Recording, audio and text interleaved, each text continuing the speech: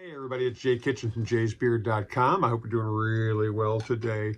We are doing an unboxing of something that we picked up from the Flamekeepers Hat Club. I was in New York last week, actually. I'm filming this the third week of September. I was there the middle of September visiting, and we went up to my new favorite hat store.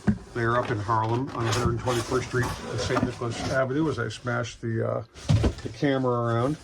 And I picked up a hat, and I had them ship it to me for a lot of reasons. And it just came today, and it's got a very nice ribbon. Let's see if I don't have to, hope I don't have to cut this. Well, I may have to because it's pretty, well, no, I think we'll be okay. I think we will be okay. Maybe. We'll see. So we pulled the bow, and now we're looking at unraveling this somehow. All right, we've got enough off that we can just kind of slide this thing off, I'm hoping.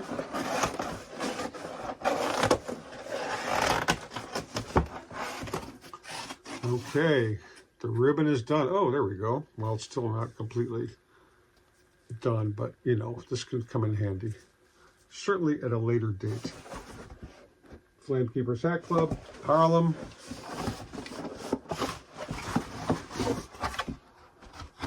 They got their nice purple tissue paper.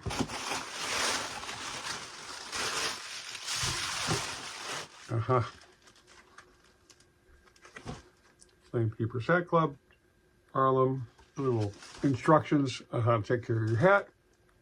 Never grab your hat by the pinches in the crown. Carefully handle it by the brim. Always place your hat in the box that was provided and store it in a cool, dry environment. Carefully remove dust using a lint roller. Let your hat air dry naturally when wet. Rest your hat on a flat surface with the brim up to preserve its shape. Now I've got a stack of hats with the brims down, but be it as it may. So here we are. That's the Flamekeeper's emblem.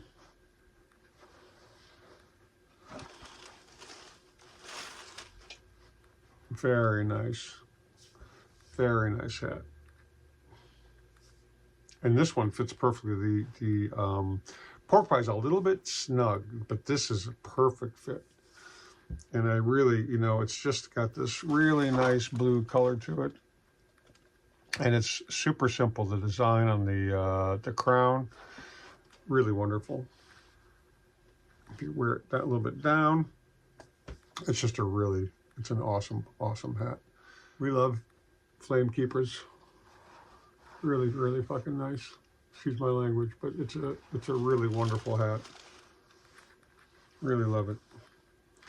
And this cost me, if I'm not mistaken, it was about $350.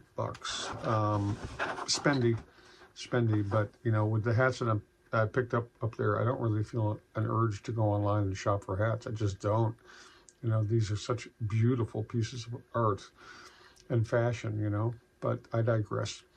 If you got a favorite hat spot or a favorite hat, let me know in the comments down below. In the meantime, stay lifted, stay well groomed, stay smelling freaking awesome and looking fly. And we'll catch you on the next video. Cheers, everybody. We love you. And don't forget to be kind to our 2- and 4-legged friends.